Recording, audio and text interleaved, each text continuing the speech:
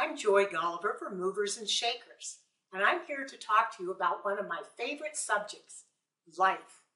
The joy, the challenge, and the change. Some people think their life is just a flat, straight line, that they'll never go anyplace, never do anything. But that's not true. Others think that if they get the right degree and that first fabulous job, they'll go straight to the top and keep going. But that's not life either. Life is really like a roller coaster. Sometimes you're at the top and sometimes you're zooming down into a crisis, only to learn and grow and come out the other side even better. And how do I know this? It's because I've lived it. I dropped out of college after 1 year and married my high school sweetheart. He went on to get his job. I became the traditional stay-at-home mother, but I didn't like the role I was playing. So as soon as my 3 children got in school, I got out of the house and I did what most women did at that time, volunteer. I was the Girl Scout leader, but a funny thing happened because I learned that I had skills and talents that I didn't know that I had, and they got recognized in that organization. And I eventually found myself on the board of directors, and that was a great experience because the president of the Girl Scout board at that time was a businesswoman who wanted to incorporate business strategies and techniques into a nonprofit agency. So she made us read Peter Drucker's big book on management techniques, and we used those in that nonprofit agency. I got more than a college education right there. And then I moved on to be president of the crisis clinic. That's a 24/7 hotline and counseling line. We also had community service references. What we didn't have was a computer. All of our data was in boxes around us and pinned on the walls. So the first thing I did there was to get us a computer. Now that's not as easy as it is today because that computer took up a whole room. And I learned a lot about computers. I also learned a lot about labor negotiations because a union came in to unionize our social workers. And I took that I had learned and next moved on to the campaign cabinet of United Way of King County. I was the token woman.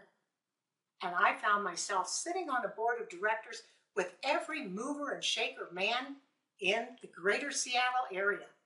Every president, every CEO. And suddenly I knew that I had to have a persona that would match theirs. And I learned to have that persona and honed my speaking skills. After a while, I decided to take everything that I had learned in volunteerism and open my first business. And my first business was a dress for success because I knew from working with those men that they were ready to move women into management positions. And I had that business for about 4 years. My daughter was my partner, and we experienced the first big crash, the challenge. My husband had a heart attack. He had to have bypass surgery, and we decided to put the business on hold until we were sure that he was well and would be getting back to work. And when that happened, I went to our apartment office to tell my daughter the good news, and I found her with tears in her eyes. A dear friend, just 39 years old, had been diagnosed with terminal lung cancer. He had never smoked. He jogged 10 miles a day. He ate properly. And there he was with terminal cancer. He had no family, so we moved him into our apartment office, and she cared for him the year that he lived. And many other things happened to us that year. And at the end, we looked at each other and said, time out. Let's take a year away from this business and make sure we're on the right track. She went her way, and I went traveling with my husband. He was head of an association that year and would be gone most of the year. Every community I went into, I talked to volunteers, and I said, what's happening here that's unique and different that others need to know about?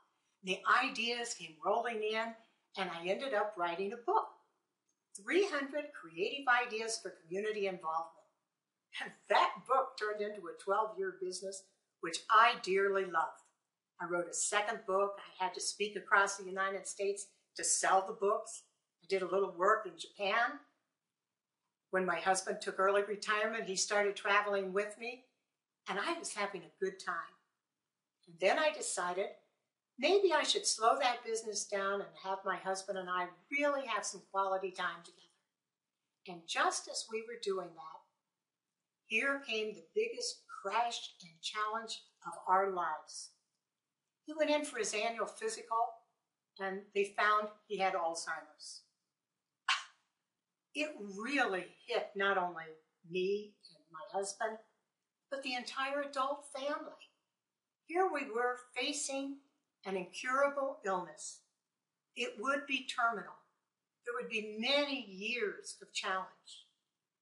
And as we started into that, after a few years, I decided I'm going to treat this like any business. I am going to grow from this. And I started keeping records and inventing tips and finding ways to make it easier on a caregiver. And now at the age of 75, I'm starting a new business.